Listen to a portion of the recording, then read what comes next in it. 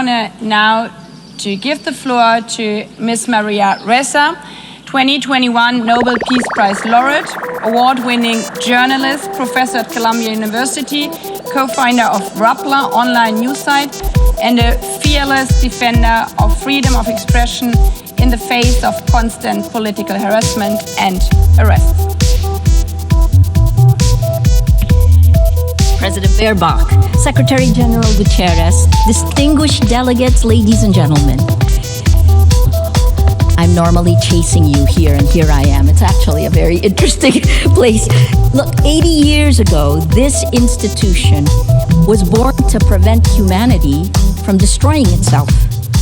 Never again, after fascism manipulated information, eroded truth, and dehumanized entire populations to enable genocide and global war.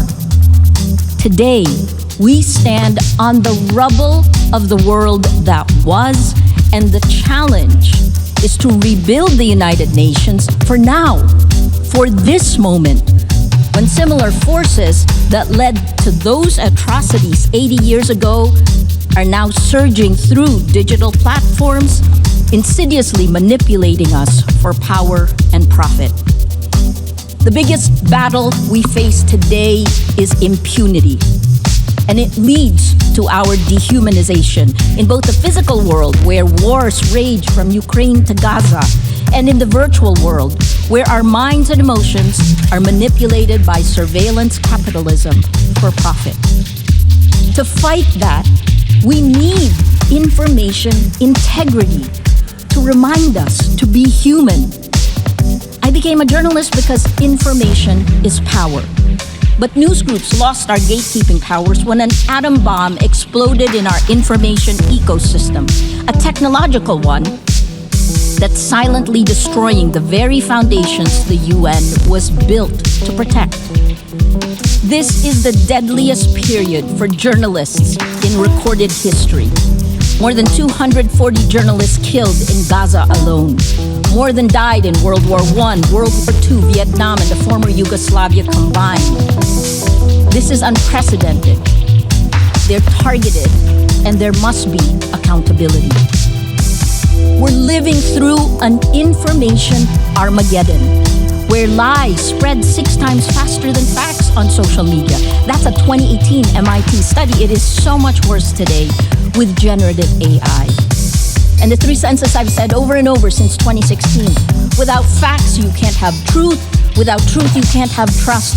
Without these 3, we don't have a shared reality. We can't begin to solve any problems, let alone the existential ones you heard from the speakers before me. We cannot have journalism, we cannot have electoral integrity, we cannot have democracy. This is manipulation of human behavior at the cellular levels of our countries. Algorithms reward outrage over empathy, spreading fear, anger, and hate, pumping us full of toxic sludge. Regulating technology isn't a free speech issue, it's about public safety. Because as has been proven time and time again, online violence is real-world violence. As a Filipino, I'm proud that my country was a charter member of the United Nations, one of only 3 Asian founding nations. Our commitment to multilateralism and peace runs deep. But that legacy was tested under the Duterte administration. Among the actions it took, it filed 11 criminal charges against me in a little over a year. Until today, I still need Supreme Court approval to be here. But I'm here.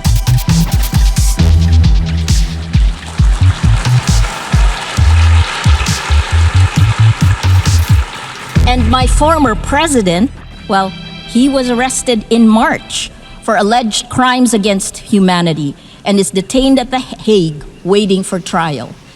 Impunity ends. The rule of law, championed now by the Philippines as it chairs the 6th Committee on Legal Questions, ultimately prevailed. We moved to it. The trends are clear. We are electing illiberal leaders democratically. As of March this year, VDEM said that 72% of the world is now under authoritarian rule. So we turn to you at the UN. It has its critics because you have to move faster. Security Council votes paralyze action on major crises. Outdated representation excludes rising powers. Bureaucratic processes respond too slowly to urgent threats. But as you know, the solution isn't to abandon multilateralism, it's to strengthen it by addressing the very impunity that undermines international law. At this time of creative destruction, I implore you to create. Here are 3 solutions. First, end big tech impunity through global accountability. We need binding standards for international to restore and regulate information integrity, just as we have for nuclear weapons and climate change. There are 2 new initiatives, first from the Vatican, created last weekend with His Holiness Pope Leo XIV, a declaration demanding artificial intelligence remain under human control with clear accountability mechanisms. The second one will be launched later today, a global call for AI red lines, which more than 200 of us have signed. We urge your governments to establish clear international boundaries to prevent universally unacceptable risks for AI, at the very least define what AI should never be allowed to do. Second, build alternative infrastructures for trust.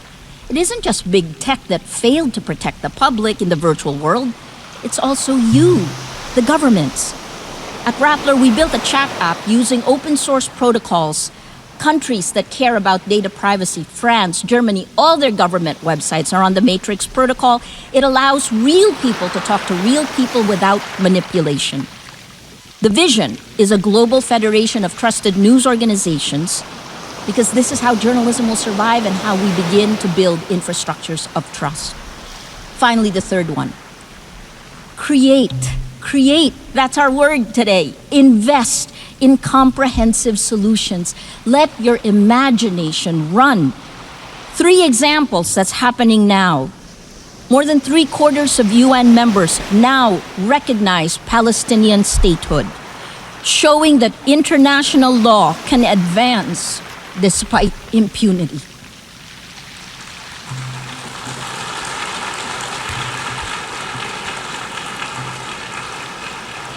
On gender, the Nobel Women's Initiative have pointed out, demonstrated that in nearly every conflict around the world, women are leading efforts for peace, defying displacement, patriarchy, gender apartheid, and militarized violence every day. And finally, on Wednesday, Demokrasya Siyempre, 20 nations will pledge to strengthen democratic institutions and fight for information integrity. More than 40 Nobel laureates we have gathered together to support this multilateral initiative led by the Global South. Information integrity is the mother of all battles. Win this, and we can win the rest. Lose this, and we lose everything. Please choose courage over comfort, facts over fiction, hope over fear. A lot has changed since the UN was created 80 years ago. But its values, peace, human rights, justice, rule of law, these are more essential today than ever. It is time to create again, to build better. Together, please act now before it's too late. Thank you.